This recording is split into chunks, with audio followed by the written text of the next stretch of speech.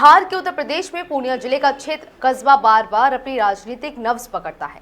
यहाँ मतदाता सिर्फ जाति या पार्टी के नाम से नहीं बल्कि मौजूदा राजनीतिक गठबंधनों, नई समीकरणों और चुनौतियों से प्रेरित होकर निर्णय करते हैं।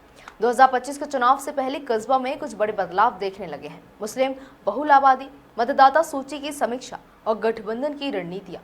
मैं रिया अग्रवाल लेकर आई हूँ एक गहरी रिपोर्ट जो बताएगी कि इस सीट पर किस तरीके की सियासत खेली जा रही है। तो चलिए शुरू करते हैं। कस्बा एक ऐसा विधानसभा क्षेत्र जिसने प्रशासनिक ब्लॉक्स कस्बा, श्रीनगर, जलालगढ़ के साथ साथ कृतानंद नगर ब्लॉक की कुछ ग्राम पंचायतें शामिल हैं। यहाँ जीवन ग्रामीण है लेकिन सियासत अपेक्षाकृत तीव्र। ये इलाका समतल है और मानसून के दौरान अक्सर बाढ़ की चपेट में आ जाता है। अधिकांश खेती धान, मक्का और जूट पर आधारित है और कृषि ही यहाँ की अर्थव्यवस्था की रीढ़ बनी हुई है।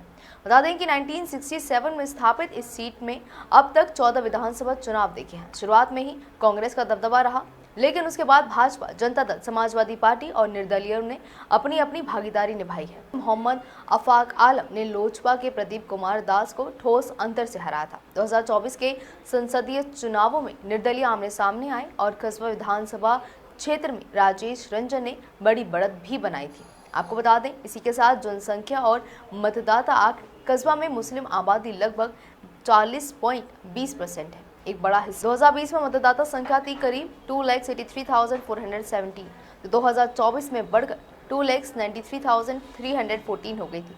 यहाँ मतदाता प्रतिशत आमतौर पर अच्छा रहता है। मतदाता सूची में गहन पुनरीक्षण यानी SIR की प्रक्रिया जो चल रही है वो खास तौर पर मुस्लिम मतदाताओं को प्रभावित कर सकती है। ऐसी आशंका जताई जा रही है कि कुछ मतदाता नामांकन हटाने या जाली दस्तावेजों के आधार पर मतदाता